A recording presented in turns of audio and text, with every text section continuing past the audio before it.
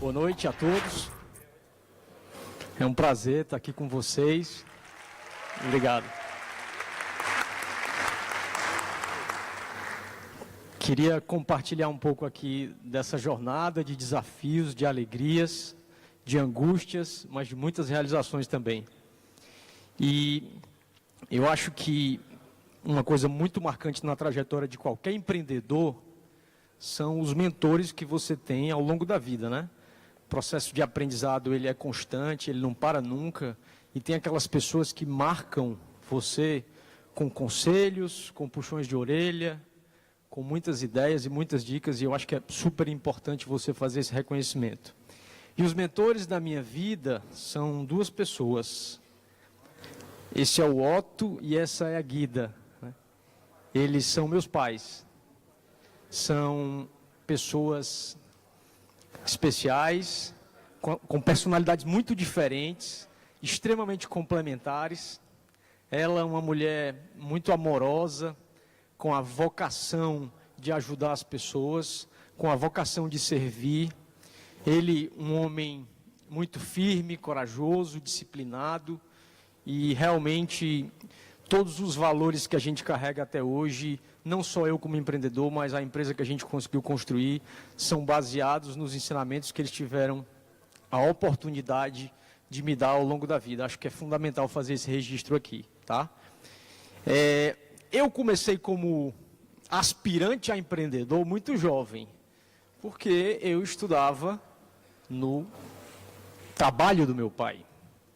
Então, eu estava lá durante a manhã assistindo aula, mas na hora de ir para casa, eu já ia para a sala dele, ficava vendo trabalhar, falar dos problemas da escola, dos sonhos, das vontades que ele tinha. Então, acabei criando uma afeição muito forte pela escola, não só como lugar onde eu estudava, mas também como aquele lugar que era um projeto de vida dele, tá?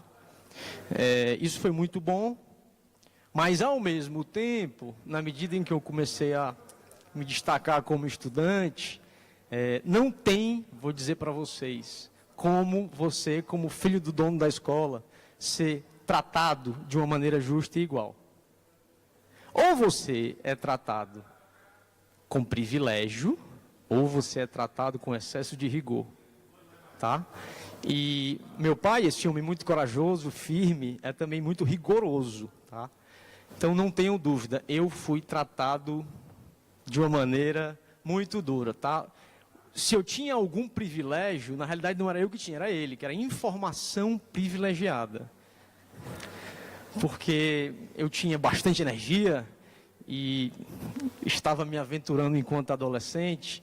Eu lembro muito bem um dia que ele chegou à noite em casa, tirou um papelzinho do bolso e eu falei: pai, boa noite, tudo bem? E aí, como é que foi?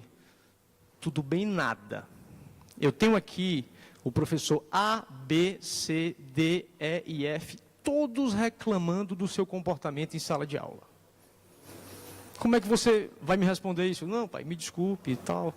Então não tinha como você sair da linha, né? Tinha aquele rigor e todos os diretores, professores e funcionários entenderam que era muito melhor botar para lascar em cima de mim do que me babar. Então eu fui crescendo nesse ambiente, essa é a parte engraçada da história, mas ele sempre me estimulando muito a estudar, me estimulando muito a ler. Eu lembro que de manhã cedo ele saía e eventualmente colocava um pedaço de jornal ou revista embaixo da porta do meu quarto, sublinhando com partes interessantes de uma matéria que poderia me despertar o interesse. Falava do Ayrton Senna ou alguma coisa relacionada a esporte. E hoje eu pergunto para ele me diz: eu queria incutir em você o hábito da leitura. Ele conseguiu isso. Eu tenho hoje a leitura como um grande prazer. Acho que é um aspecto essencial na formação de qualquer ser humano e, inclusive, na formação de um empreendedor, né? Então, a gente tem esse paradoxo aí do mérito e do privilégio. Eu acho que esse foi o primeiro momento da vida que eu me senti realmente desafiado. Então, eu era um bom estudante, participava das turmas avançadas, mas eu sentia que muitos dos meus colegas duvidavam do meu mérito para estar naquela posição. Não, esse cara está aí porque ele é o filho do dono da escola, né? Não tem como. E eu tentei transformar aquela dúvida num desafio que me desse combustível, que me desse realmente energia para poder seguir adiante, tá? Finalmente, eu acabei passando em boas universidades, fui fazer faculdade e no início da minha vida profissional eu fiquei com 3 ensinamentos que eu considero fundamentais, obviamente dados pelo meu pai. A primeira delas foi o seguinte: você precisa buscar ser independente. Seja do ponto de vista profissional, financeiro, seja do ponto de vista emocional. A independência deve ser um projeto de vida.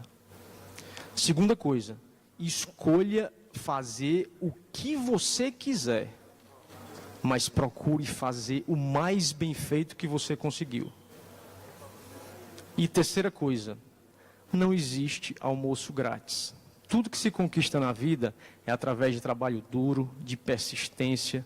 Não há atalho nem fórmula mágica. É importante aprender isso desde cedo. Eu, com aqueles conselhos, entrei na faculdade e louco, obviamente, para trabalhar com ele na escola. E ele falou: não, peraí só um instante, deixa eu te falar uma coisa. Eu acho muito importante que você vá trabalhar fora. Mas por quê? Porque você precisa aprender a saber o que é ter chefe, a saber cumprir horário, a cumprir regras, a respeitar as pessoas e construir a sua legitimidade. E aí depois a gente pensa realmente em trabalhar junto. Eu acho que esse foi um conselho fantástico. Eu tive a oportunidade de trabalhar em empresas de consultoria, participei do programa de trainee da Ernst Young no ano de 1998. Era então o programa de trainee mais concorrido aqui do Ceará. Foi uma oportunidade de aprendizado fantástica. Acho que me deu realmente mais marra. E exatamente 2 anos depois que eu iniciei, a escola passou por um processo de cisão familiar. E nesse momento, ele realmente me chamou para trabalhar com ele, quando ele então fundou o Colégio Aritzá, certo? Esse carro não é meu não, tá? Nem hoje, nem era na época. Estava mais parecido com... Na época, estava mais parecido com um carro 1000, com muita instabilidade, que estava prestes a sobrar numa curva. Mas eu acho que valeu aí a tentativa. E aí, o que acontece? Eu comecei a trabalhar com ele dentro da escola. E acho que foi uma experiência fantástica. Eu fui literalmente para o chão de fábrica da escola. Aprendi que não se faz escola sem excelentes professores. Isso é o alicerce de qualquer projeto pedagógico de qualidade. Participei ativamente da operação da escola, desde formação de horário, definição de projeto pedagógico, e foi realmente uma experiência fantástica, de muito aprendizado. Mas eu fiquei com aquela sementinha da independência germinando e incomodando aqui na cabeça, sabe? Preciso ser independente, preciso ser legitimado, legal, estou aprendendo aqui, as pessoas me respeitam, mas no final do dia eu sou o filho do dono, né? Sou filho do dono. Então eu preciso continuar com um projeto de independência. E aí eu resolvi, 5 anos depois de estar na escola, alargar um pouco os horizontes. Fui para os Estados Unidos, fiquei 2 anos lá fazendo um mestrado. E essa foi realmente uma experiência que mudou completamente a minha vida. Eu diria nem somente do ponto de vista acadêmico e de conhecimento, mas muito mais de você poder viver uma cultura que respeita muito o próximo, uma cultura que respeita a força do trabalho, que respeita o talento e que, apesar de todos os defeitos que a gente vê aí hoje, respeita regras, e realmente é uma grande experiência do ponto de vista humano, muito mais do que o ponto de vista acadêmico.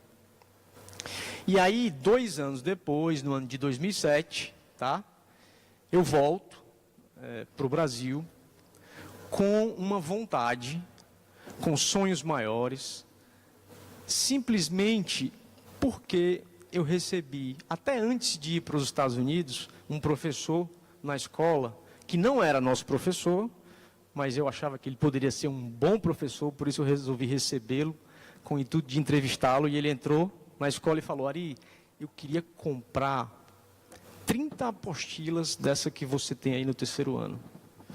E eu disse, professor Sérgio Henrique, era o nome dele, essas apostilas não são para venda, elas são para consumo interno.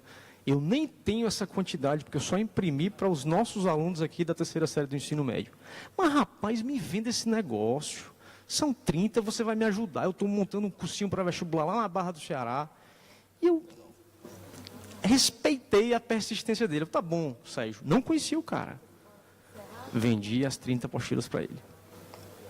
E aí ele me chega 6 meses depois, com uma série de apontamentos de erros da apostila. E a gente, com esse espírito, né, de melhorar a escola, tinha fundado uma instituição nova.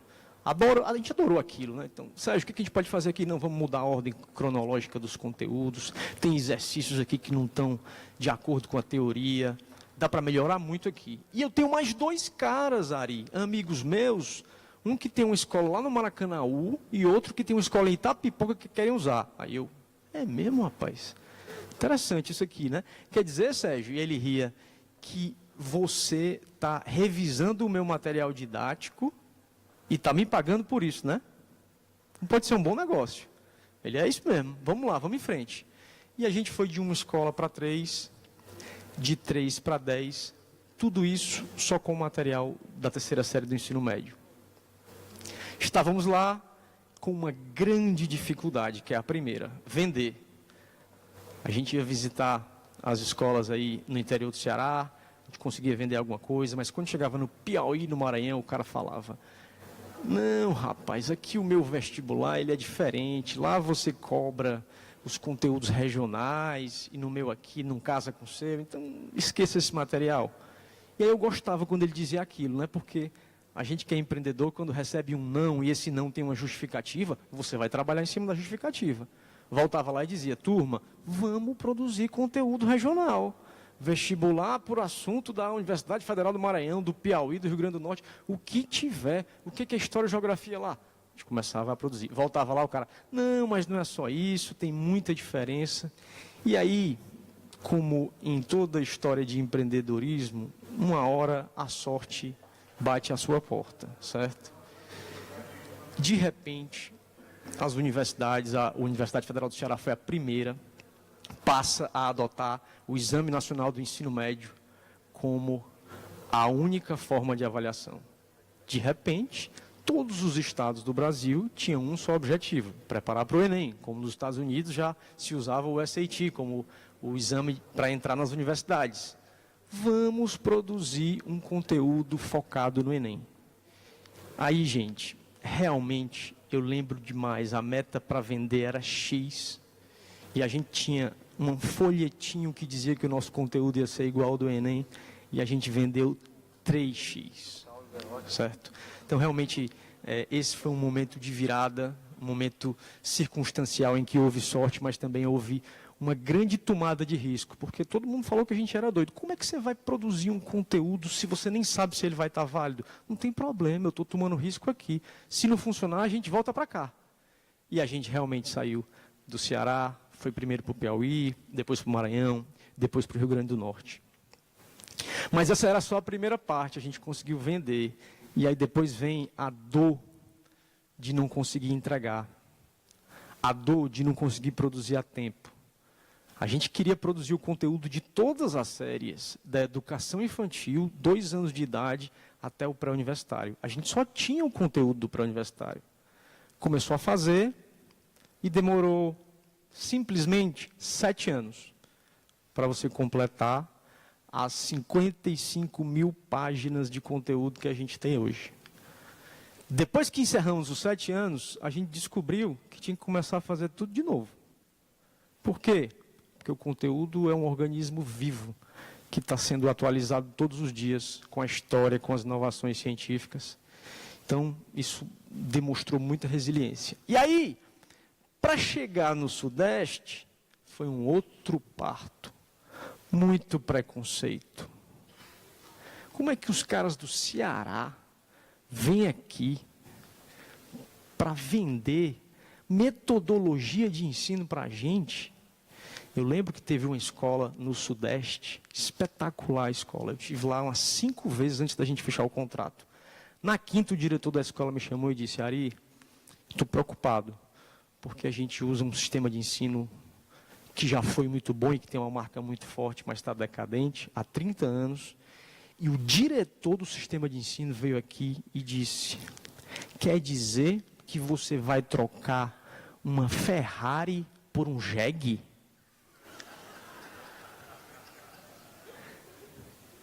E aí, como meu pai bem me ensinou, toda vez que um competidor ou um concorrente lhe fizer uma raiva, debochar de você, você responde canalizando a energia para o trabalho. Você responde canalizando a energia para a qualidade. Essa é a melhor resposta que você pode dar. E eu disse: professor, eu lamento que ele esteja dizendo isso, mas o nosso jegue é um jegue turbinado, viu? Turbinado. Essa escola está conosco até hoje, é uma escola de referência lá no Sudeste, por quem a gente tem realmente um carinho muito especial. E a gente foi literalmente passo a passo, literalmente dia após dia, com muito trabalho. Hoje a gente está presente em todos os estados do Brasil com o nosso sistema de ensino, o que é um grande orgulho para a gente que é cearense. Hoje é tão interessante que quando a gente chega e fala do Ceará, por conta da qualidade da educação das escolas particulares daqui e por conta, inclusive, da qualidade da educação pública, já não é mais motivo de preconceito. Já é motivo de orgulho. Ah, vocês são do Ceará, lá o pessoal é bom nesse negócio de educação, né? Mas, compartilhando com vocês um pouco dos segredos que eu entendo da nossa jornada, são segredos absolutamente públicos. Eu acho que, para a gente ter obtido esse êxito que a gente teve, o que foi importante?